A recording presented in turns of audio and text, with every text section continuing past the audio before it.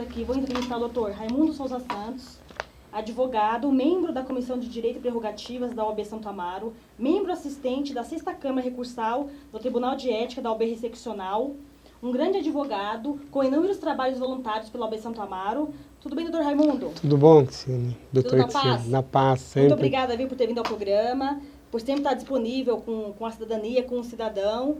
Já deixo aqui registrado os meus parabéns pelo imenso trabalho que o senhor faz lá na OAB de Santo Amaro, tá? Os trabalhos voluntários, inclusive trabalhos aos quais muitos eu participei, tá? Parabéns e a sociedade precisa de pessoas assim como você. Doutora, eu que me sinto honrado com o convite e fico à disposição do seu programa e dos seus telespectadores. E, de fato, eu tenho uma lista enorme de serviços prestados à sociedade, né? Tudo em prol da cidadania. Penso que o cidadão, para viver a sua plenitude, ele tem que servir. Servir apenas à família dele, ao trabalho dele, entendo que é muito pouco. Então, fiz da minha vida o servir a todos. E é assim que eu ainda vivo, doutora Cristiane. Parabéns. Doutor, hoje nós vamos falar sobre os direitos, né, das empregadas domésticas, da secretária do lar, né, tem várias denominações. A emenda constitucional, número 72, de 2 de abril de 2013, trouxe realmente igualdade para os trabalhadores domésticos entre os rurais e os urbanos. Explica para o cidadão a diferença, se realmente houve igualdade. De fato, o legislador pátrio, ele tentou fazer essa igualdade, né?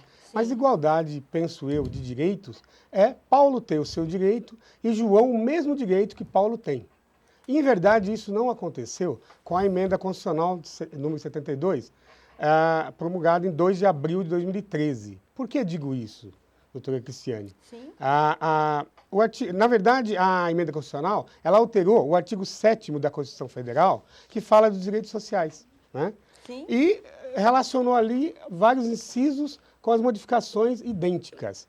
Porém, deixou a cargo, tá, de avaliação de obrigações tributárias, obrigações principais e acessórias das relações de trabalho, para direcionar os direitos, né, outros direitos. Sim, então, com isso, entendo que ficou, no caso da PEC, da Emenda Constitucional 72, 1, 2, 3, 4, 5, 6, 7 direitos que dependem de regulamentação. Então, muitas coisas ainda dependem de regulamentação. Mas, por um outro lado, doutor Raimundo, eu vejo que já houve um grande avanço, né, para o empregado doméstico, porque antes ele não tinha nenhum direito garantido. Isso é verdade. Né? Então, assim, na verdade, às vezes, aí ele tem que processar, ele não tinha, assim, nada garantido eficazmente, o que ele pudesse, né? Então, ele ficava à mercê, muitas vezes, da boa vontade do empregador, né? Em pagar. Uma grande discussão nossa já do passado, no nosso escritório de advocacia, doutora, mesmo, como bem relatou, eu sou advogado trabalhista há anos, e até tenho orgulho de falar, doutora, autodidata em Direito e Processo do Trabalho, que aprendi com os livros já no início da faculdade. Sim. Mas, enfim, por gostar, né? Por gostar, é uma área que eu gosto mesmo. Nós já discutimos em alguns processos o direito da empregada, do empregado, a horas extras, por conta de jornadas elásticas, muitas vezes pelo fato da empregada dormir no emprego, do motorista dormir no emprego, porque o motorista também é um empregador doméstico, né? Se trabalhar no âmbito da família, de uma pessoa, de uma residência, sem que nessa residência tenha qualquer atividade lucrativa, né? E o mordomo, né? Agora eu estou aproveitando e já dando até a relação, né? Sim. Mordomo, motorista. O caseiro também, doutora, já aproveitando a oportunidade. Então, doutor, os empregados domésticos, para ser bem didático para o cidadão, os empregados domésticos são o mordomo, caseiro, empregada doméstica, cozinheira, acompanhante de um idoso ou de uma pessoa doente, né, no lar, não é? O acompanhante acompanhante também. Então, eles têm os mesmos direitos do que o empregado doméstico, na mesma classificação. Isso, ali. A mesma classificação. Bacana. Porque quando nós falamos do empregado doméstico, a gente pensa que é só o empregado doméstico. Então, esses outros profissionais também se enquadram nos mesmos direitos das empregadas domésticas. Empregados domésticos. Tem uma diferença apenas, no caso... Vamos pegar um caso clássico do caseiro de um sítio que tem uma produção, um sítio em Atibaia, como a produção enorme de morangos, né? Uma região que produz muito morango. Sim, Né? sim. E o proprietário desse sítio, ele vende, mesmo que numa pequena barraquinha no fronte do seu sítio, ali já tem um lucro, já tem uma atividade lucrativa, um negócio. Então, esse caseiro já não estaria enquadrado como um empregado doméstico, e sim como um empregado urbano e rural com os direitos da CLT. Ah, porque ele, na verdade, embora ele esteja numa propriedade rural, É. ele, no caso do caseiro, mas ele tem uma produção ali dentro. Existe uma atividade lucrativa. Lucrativa. Essa é a diferença, doutor. Ah, bacana, bacana. E quais as vantagens que o empregador tem de fazer um contrato de experiência com a empregada doméstica? Porque muitas vezes, né, às vezes você tem que verificar, porque às vezes você não conhece. Então, acho que é importante fazer um contrato de experiência. Verdade, Né, verdade. Essa posição de se fazer o contrato experimental, ela vem em boa hora, porque tanto para a patroa, né, para o patrão, como para o empregado, abre-se um espaço de conhecimento. Sim, até para ver se os dois vão se adaptar um ao outro, né? Adaptação e firmar ali a confiança um no outro, Sim. né? Esse contrato pode ser realizado com prazo de até 90 dias, podendo inclusive ser prorrogado uma única vez, no exemplo, 30 dias com prorrogação de 60. 60 com uma prorrogação de mais 30. Então, em 2 etapas, de forma que não supere 90 dias. É importante, doutora Cristiane, que o seu telespectador saiba que 90 dias não são 3 meses. É diferente. Como né? assim, doutor? 90 dias são 90 dias. 3 meses são 3 meses. É 90 dias, então, corridos. Corrido, 90 dias. Dias. Pega 31 dias de janeiro, um exemplo, pega mais 28, né, de um dado período de fevereiro, nós temos 59, né? E em março você tem 31 também. Tá? Porque fevereiro, 60, por exemplo, 90. Tem 28 dias, Isso. né? Mas janeiro e março você tem um dia a mais, 31. Né? Entendi. Então são 90. Agora, se contar 3 meses, nesse exemplo, até que dá os 90 dias. Mas tem exemplos que ultrapassaria, né, se pegar. Doutor, pode-se comprar as férias da empregada doméstica e quantas vezes? Tá. É uma grande questão que se levanta da compra de férias, né? É verdade. Pode sim. 10 dias dos 30 pode ser negociado com o empregador, de forma que o empregado doméstico descanse apenas 20 dias, né? E, como se diz no popular, venda os 10. Então se pode vender só os 10 dias as férias, mais que isso não pode. Mais do que isso, a legislação não aprova. Tá.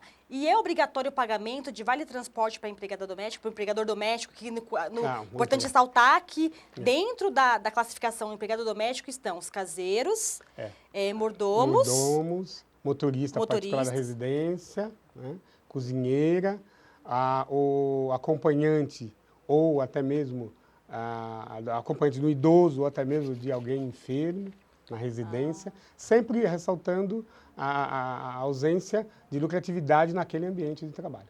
Entendi.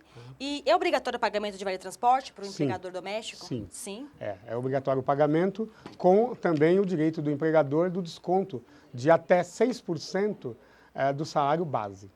Ah, tá. Então, ele paga o vale-transporte e ele pode descontar até 6% do salário base. Esse desconto, se ele não quiser, ele não precisa descontar. Se o empregador ele pode ter uma mera liberalidade, mas também se ele não descontar, depois ele não pode cobrar. Não, porque ele criou um direito ao empregado que ele não pode suprimir depois. Sim, porque na verdade ele tinha um direito de descontar, não descontou, depois ele não pode, justamente. No eventual demissão, ele não pode... Não pode querer, no momento, fazer o desconto global. Entendi. Isso não pode.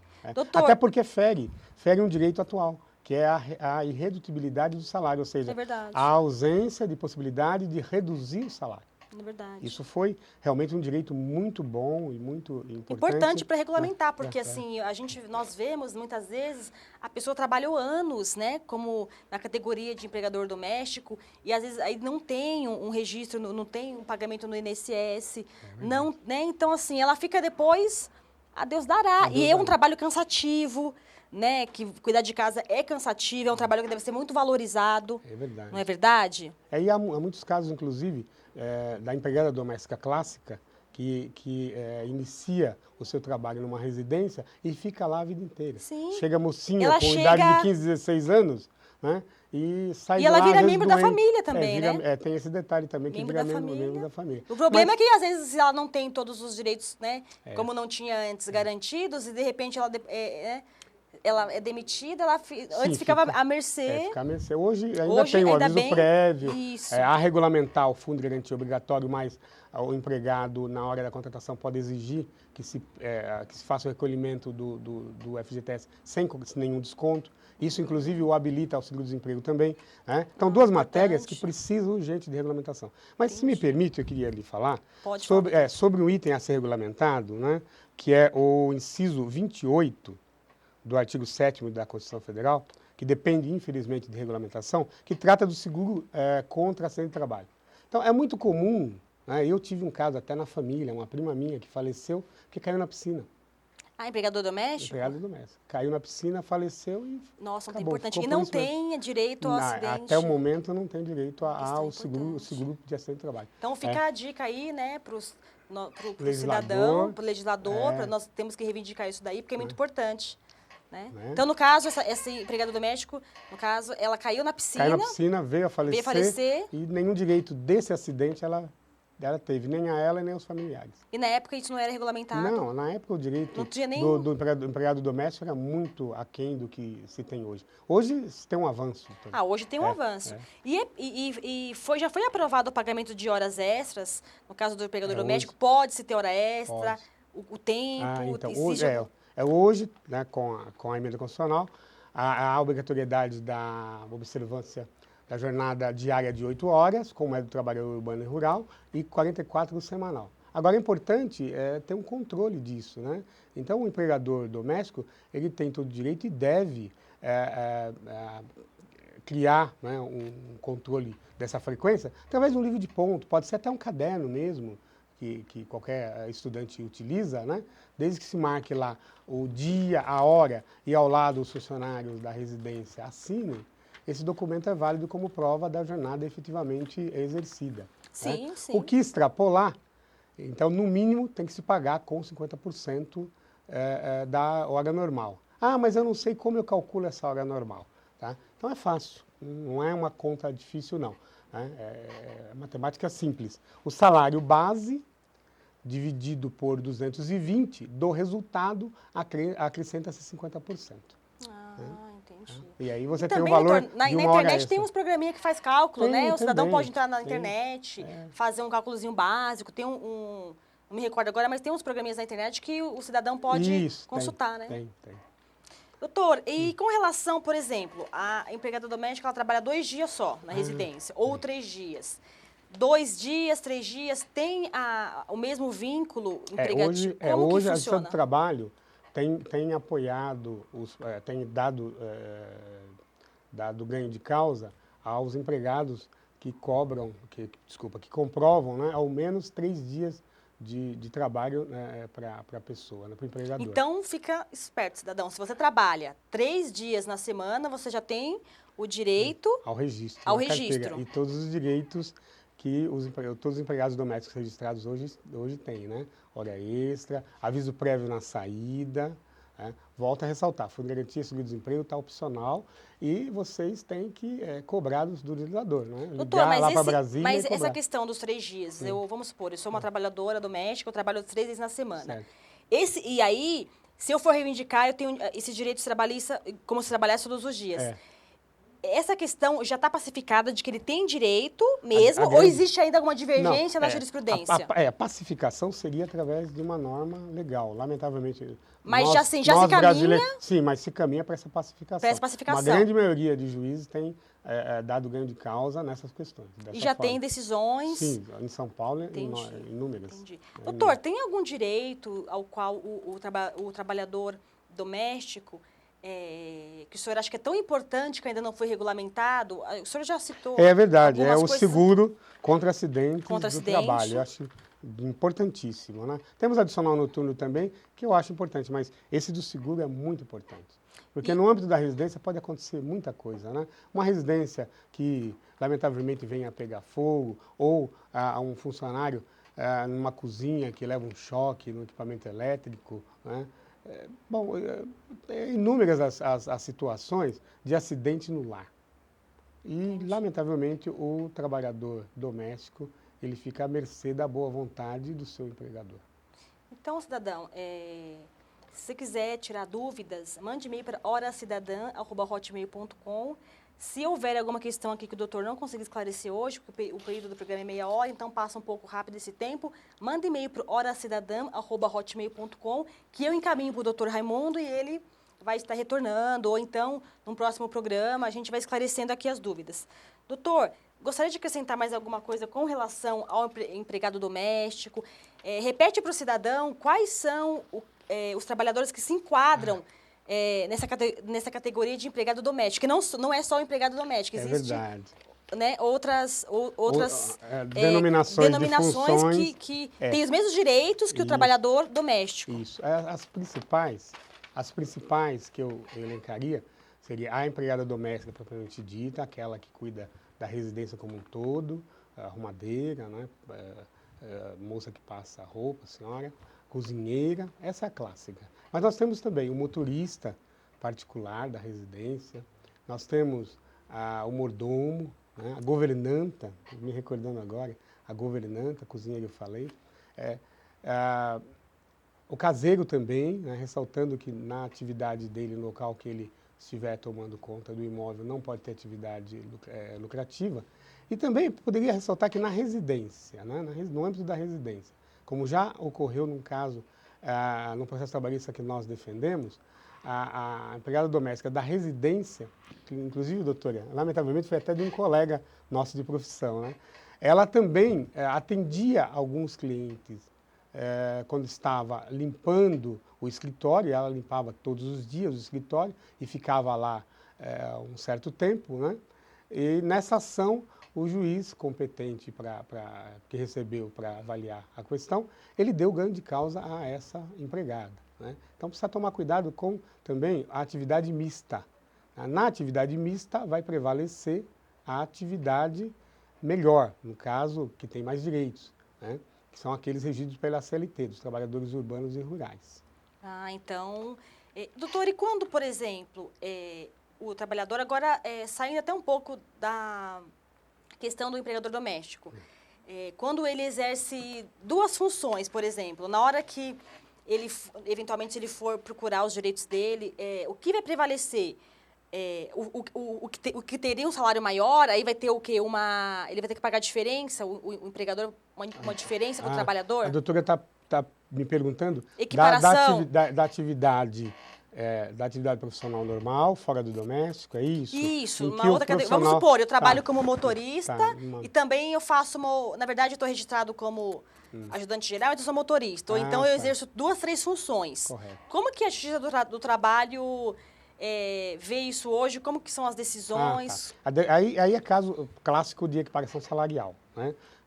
E a equiparação salarial, no processo com um paradigma, que é um modelo, uma pessoa que exerce a mesma função, né, em certas condições que estão na CLT, desculpa, doutora, a prova fica até mais simples, né, porque o salário da equiparação será o salário desse modelo. Sim. Né? Mas nós temos um problema, às vezes, que naquela função não tem um outro profissional. O profissional que estava saiu, né, e o novo ocupou a vaga. E numa prova difícil, num tipo de prova que pode ser difícil de se realizar, né, o direito às vezes fica à margem do que se pretende.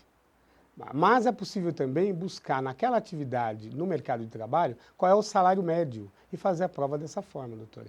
Mas o juiz tem a obrigação e o empregado tem o direito de pleitear, e se ele fizer a prova efetiva de que estava em outra atividade com salário maior, é esse salário maior que ele tem que receber. Então, ele recebe diferença salarial dos salários mês a mês, recebe, se receber hora extra, diferenças das horas extras, né?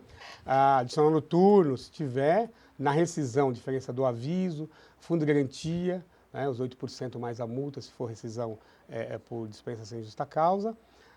Enfim, todos os direitos que ele deveria receber e não recebeu em função desse salário dessa atividade que era uma atividade melhor e o empregador Não achou pagou. por bem não pagar. Mas Então, é não um adianta- processo simples. Então, não adianta o empregador ele querer desvirtuar, fazer ele cumprir duas funções, porque se ele for questionar isso na Justiça do Trabalho, ele vai... Ele vai receber a Ele vai diferença receber a pela diferença. função maior, sem dúvida Entendi. nenhuma.